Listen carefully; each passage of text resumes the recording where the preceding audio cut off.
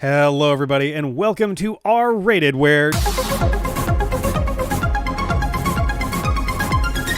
I'm sorry, did that seem really sudden and really abrupt? Did that seem like it just kind of came out of nowhere and just kind of blurted out at you while watching the video? There's a reason for that. So today we're talking about the third episode of Ms. Marvel, Destined. This one is a big backstory kind of driven episode where we're getting a lot of information about the things that were kind of pre-established prior to the events at the beginning of the series. We get to see into the distant past. We get to see a little bit more of basically all of the major characters outside of Kamala. And one of the interesting things about this episode that I noticed is that everything seems to be like really abrupt and really abridged, I guess.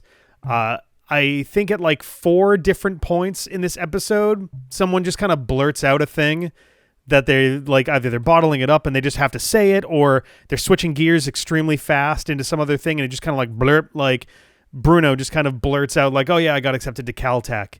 Nakia does sort of the opposite. Hers is actually very not abrupt, but she kind of tells Kamala apropos of nothing, but just sort of out of nowhere in the middle of all of the discussion they're having that she actually got onto the mosque board. And it's just like, it's something that I don't think I would notice all that much, except they did it so many times that eventually I was like, oh, okay, this is just like a thing in this episode. So we got a lot, like I said, a lot of information about the backdrop of the story. We get to learn at least a little bit further back what the origin of the bangle is. We still don't know the full origin of it. I forget if I even said it on camera or not. I might have just written down, I think I said it on camera, but there was like a loose thing in the back of my head where I was like, watch the bangle be like an Eternals tech, and same with the 10 rings. Interesting stuff here. For one, the bangle is already like on a person's severed arm, and like it's all like emaciated and dried out and dehydrated, so it's presumably someone who's been dead for a while. But so the bangle has a history prior to us seeing it, even in 1942, which is where we go in this episode. But in addition, we get an aerial shot of the ruins where this bangle is being kind of excavated from, and on the floor there's a giant sigil, a giant carved, marking of the 10 rings, which was a very surprising addition in the middle of all of this.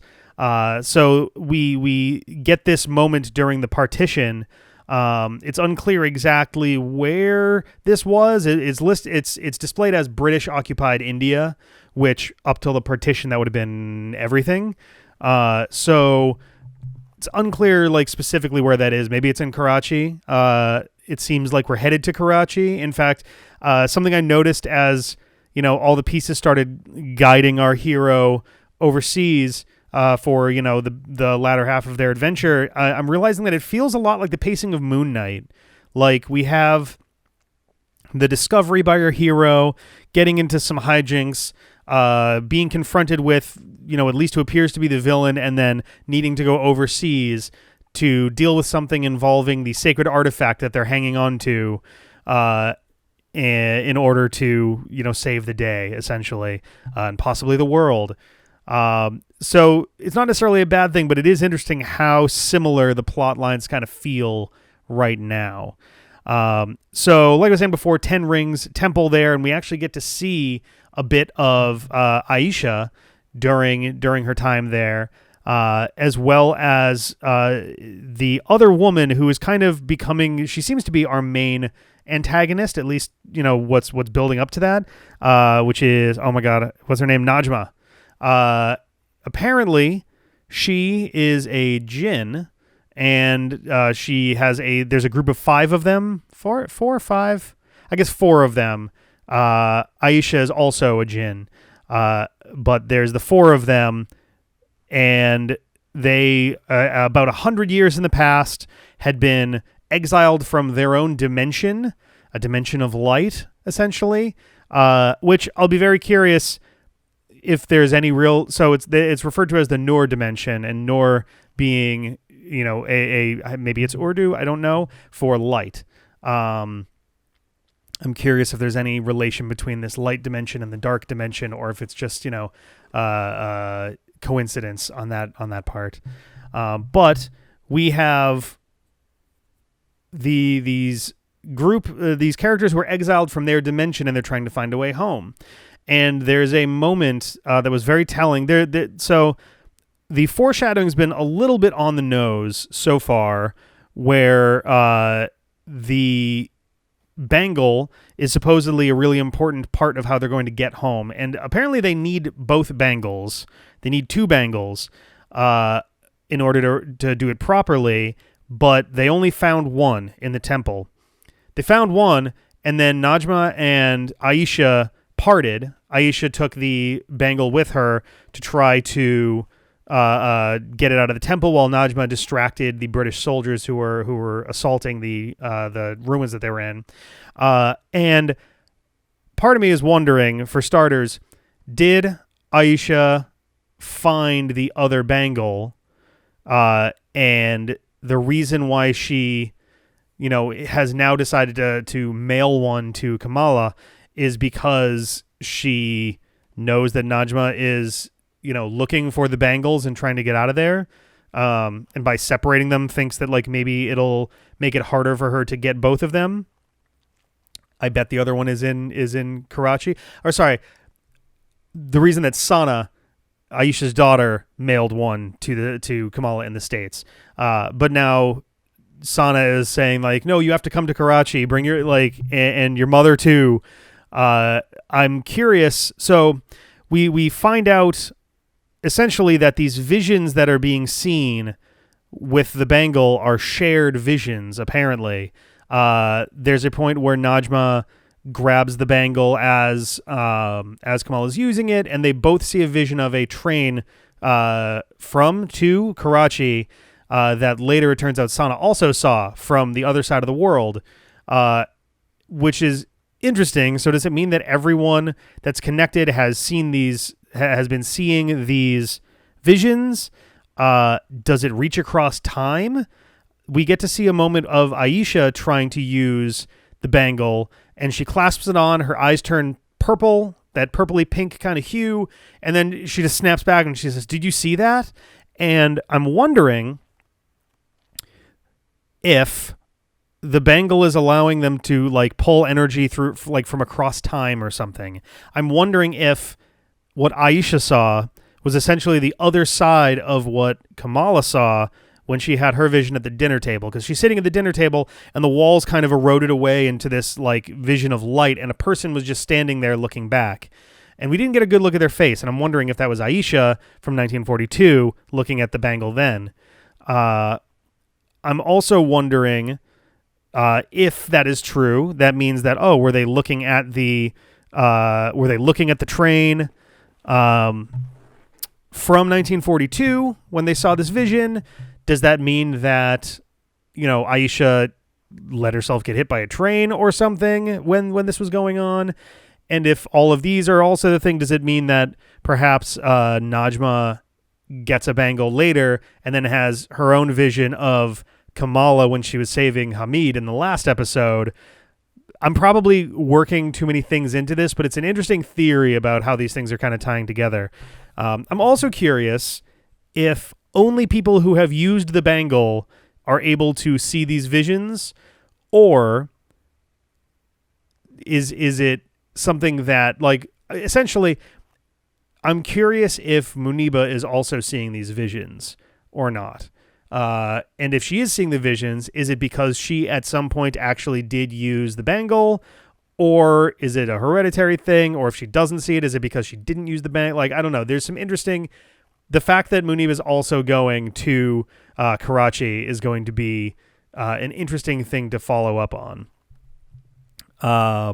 So yeah, there was a lot of kind of that theory crafting going on in my head during this, amidst all of the random interrupted statements and things going on.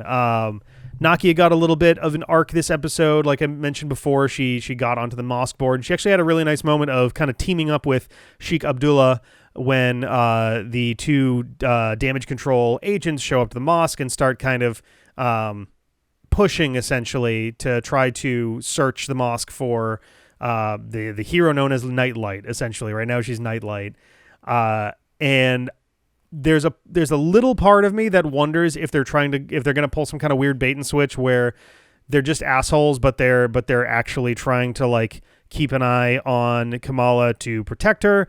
But honestly, the longer the show goes on and they don't start to lean that way, the more it's like, okay, no, they're just assholes who are low key, maybe a bit racist too, and also just shit cops essentially. But Nakia and the Sheik are able to kind of talk them down a little bit and almost kind of make fun of them a little bit for trying to search the place without a warrant and being immediately rebuked. I forget which is which. I don't know. We get some nice little connections to other things. Kamala asks, she tells Bruno's like, hey, you're good at math. Do you know anything about interdimensional travel off the top of your head? Which is just kind of a fun little line on its own. But he immediately is like, wait a minute. There was this paper by Dr. Eric Selvig. And it's like, oh, shit. I'm glad that Dr. Selvig is basically anytime they need a really smart guy with a weird theory to throw into the mix, Selvig is their guy. So he's still doing stuff, which is really good. And they essentially find out that yes, it is hypothetically possible if you have the energy of like a sun, which makes sense for like a world of light and all of this stuff where like maybe it's literally the inside of a star or something. But yeah, you could hypothetically travel across dimensions using that much energy. But Bruno postulates that's like, hey, if it takes that much energy, then the error of margin is going to be gigantic also, and that could cause some real problems. It could, he doesn't say it outright, but he essentially says like, hey, it could kill you. It could blow up, the planet. It could kill the universe for all we know. Like, it could do some really serious damage, and they don't really know what they're messing with. And that's a fair point. And I did also realize, too, I don't know if they did this intentionally, but the look of the hard light, which, as we're seeing, the bangle may have the chance to like do interdimensional travel, stuff like that, looks a little bit similar, not a ton, but a little bit like the star-shaped holes that America Chavez punches in reality in Multiverse of Madness. Different color. Hers are more blue compared, like an icy blue compared to the more purpley kind of tones of the hard light. And it's I think the star-shaped holes were a little bit more like crackly than they were solid, but it still was like, it looks similar enough that I wonder if they're going for a connection there. But what had me suspicious early on, so Najma tells Kamala the story of herself and Aisha and tells her that the group are jinn and that they have been exiled from their world and they're trying to get home. First of all, obvious villain trope of the villain will do anything to get home. It was really obvious to me immediately. I was like, oh, this is going to be their thing. They're desperate to get home and they'll stop at nothing to do so. And this was reinforced when, after all this discussion, Kamala, who's just trying to be like a good person, is like, so do you want the bangle? Or like she basically offers up the bangle to Najma, who doesn't really respond to the question. She kind of talks about how she just kind of like moves on to the next point in a way where I'm just like, oh, so she wants the bangle, but she knows that she can't use the bangle either because she literally can't use it or because she knows that whoever does use it might die. So that was my theory. And then that pretty well immediately not immediately, but over the course of the episode, that got pretty well proven true. Kamran actually confronts her about this. So Kamran is Najma's son, I believe. I'm pretty sure. And he is, at least it seems like partly human. He's 17. He's actually like, he is as old as he looks. And he's also like looking out for everybody. He actually, I'm glad that he's not part of the evil scheme. He finds out that Najma's tired of waiting and is going to show up to Amir and Taisha's wedding to kill everybody and force her to use the bangle, he runs ahead to warn everybody. And once things start really kicking off, Bruno, who winds up outside, goes back inside to try to help Kamala. And then Kamran also shows up as Bruno gets like knocked to the side, not fully knocked out, but he gets the wind knocked out of him for sure. And Kamran shows up and is like doing his best to distract the Jinn from attacking Bruno, while Kamala gets him out of there. Which is like, okay, cool. So he is actually like being a cool dude. Bruno's being kind of jealous. It's all fairly understandable where everybody's coming from, and he's legit trying to help. I thought that was really cool. The fight scene, we actually get our first real fight scene of the show, and I kind of liked it. I'm like 85% that I liked it. It's a little bit messy. It's actually very messy of a fight scene, but I kind of appreciate that. Like, you have these Jinn who are seasoned, fighters and warriors and stuff. They're not like perfect experts at it or anything, but they're very, very good. While Kamala's just kind of like freaking out and using her powers to try to like defend herself and get out of there. And as a result, her moves are all really erratic and very sudden and, not like particularly overbearing. Like, it's usually like she'll go, and like a little blob of hard light will kind of appear to defend her. At one point she gets hit like right in the chest and gets knocked away, but like there's sort of it's almost like a chest piece of not necessarily hard light. It's like the energy. It might have been hard light. It seems like that wispier stuff from the bangle more than anything. But I kind of liked that the fight scene was sort of messy as compared to the like really like super scripted ones of like Captain America and those where it's a lot more choreographed. And not that these aren't choreographed. Those ones feel choreographed. These ones feel a little bit more realistic, I guess, in terms of their messiness. But I thought that was a nice touch. I think that that fits for her character, that she's not very confident of a fighter. She's still figuring these powers out, so she's just going to do whatever and just kind of hope for the best. I know that there are people who are upset that she doesn't have like elastic skin kind of rubberiness stuff going on, but honestly, I think the hard light is a pretty decent replacement for it, and it gets used in a very similar way. Realistically, stretchy skin person is a really tough sell, and it's part of the reason I assume for Multiverse of Madness, Reed Richards didn't have any. Did he have any skin exposed outside of his face? I think it was all the suit, so the suit could stretch, and that rubbery material that's on there wouldn't look weird, as opposed to skin stretching out that'll look really weird. When Fantastic Four comes out like properly within the MCU, I wonder if we're going to see stretchy skin beyond like, if we see an origin of their powers, that might be it, and then they kind of stick with covering it up to make the effect look a little bit less jarring. It takes about 23 minutes before the first like real animation blip comes in. They've really dropped the animation stuff a lot more, which I get, where it's like it's supposed to be essentially Kamala's imagination, and when she's in the middle of all these crazy fights, she's probably not going to be daydreaming enough for that to be like relevant. But it was an aspect of the early show that I really liked, and I'm kind of bummed that it's starting to vanish on us. There's we do get to see Amir and Taisha's wedding, complete with a Bollywood dance number that they wind up doing. That was kind of like a pre-choreographed thing for the wedding party. There was a part of me too that was wondering, like, if I go back and watch Eternals, did they incorporate any of the stuff that was Kingo's like group dance from that, since Munib is such a big fan. It also makes sense why Najma is a big fan of Kingo Senior, because she has not aged in 80 years. She looks exactly the same in 1942 as she does in 2024 or whenever this takes place. But the Bollywood dance, it's all the wedding is all very sweet and a lot of fun. And they hire a Bon Jovi cover band.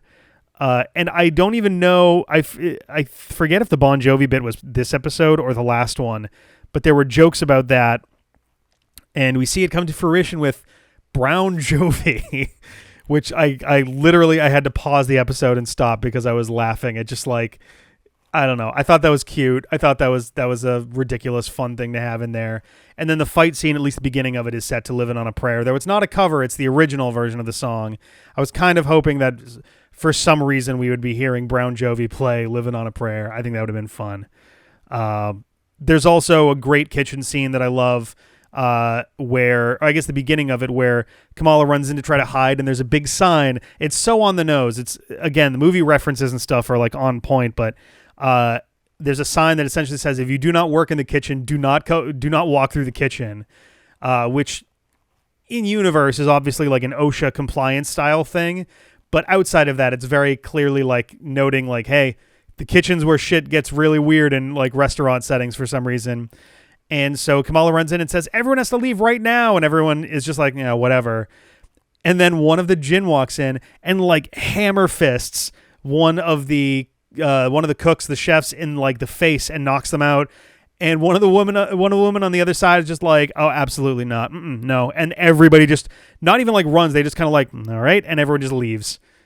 It's something about the execution of that I thought was fucking hilarious. I thought that was a great little on the nose, like, yep, nope, okay. Like, if anything, between that and Eternals, where literally you have a celestial visible to half the planet for a second, and people are just like, whoa. Obviously, people are starting to get very, I was going to say disenfranchised. That's not really it. They're very used to, I guess, weird shit going on. There's been alien invasions every year or two for the last decade. Half of everybody died and then came back 5 years later. So there's kind of a lot of stuff that's gone on. So people are not as shocked, I guess, by this stuff anymore. So they're just like, all right, fine, we're out of here. But yeah, so I feel like once again, I just kind of was all over the place with this episode. And yeah, just like double checking my notes in case there was anything that I really missed, but I don't know if there was. I will note Aisha's voice, like when we see her in 1942, was like almost the exact same voice as Muniba. They sound so similar. They did a really good job of finding an actress, like finding two actresses who had very, very similar voices for grandmother and granddaughter. I thought that was really a nice touch. I don't know if it was intentional, but it sounded pretty bang on to me. Watch, we're going to find out later on that Muniba actually is Aisha and yada yada. But that, I think, is actually all I have to say about this episode. I liked it a lot. It wasn't as solid as the first two. There was a lot of like, if anything, it feels like the third episode was way too compressed and condensed. Like most of what was going on here should have been 2 episodes. We should have had 1 episode where Kamala is talking with Najma, learning some stuff, starting to feel that trust, and then a second episode where Najma turns on her and tries to, take the bangle or have her use the bangle or whatever. I think that as 2 separate episodes would have been better than pushing it all into 1. Not to mention, I think this episode was actually shorter than the first 2. So we really are crunching a lot into, about 40 minutes of screen time. For this episode, I think I'm going to give it a 6. It's like I said, it's not as good as the first 2. It's a bit further down. It's still a positive score. I still liked it. I don't think I quite liked it as much as the first 2. Like I said, Bruno made Kamala a domino mask, and we didn't even get to see her wear it. That was a bummer.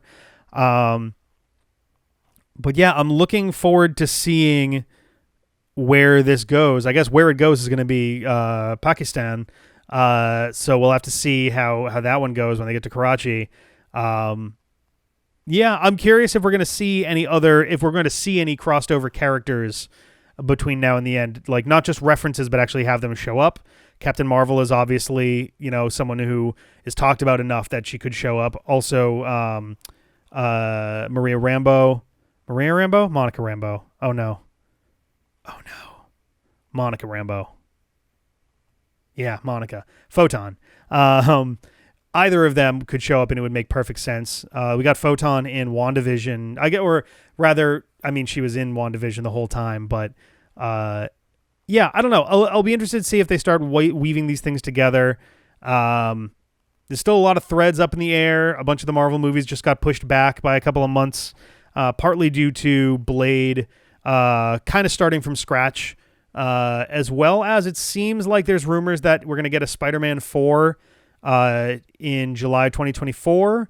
And also there's rumors that it may follow up on the events of Daredevil Born Again, which itself may follow up on the events of She-Hulk. So we're going to have to see how all of that plays out. I'm excited to dive into it at the very least. But yeah, I would love to hear what you guys thought of the episode. Feel free to throw something down in the comments below. Please no spoilers. I am watching this for the first time as I review these. And also just, so that people who are coming here for a review aren't getting, late season stuff spoiled for them either. I'm going to come back tomorrow. We're going to get into episode 4 and we'll see what happens in Karachi. So thanks for hanging out and I'll catch you guys later. Bye.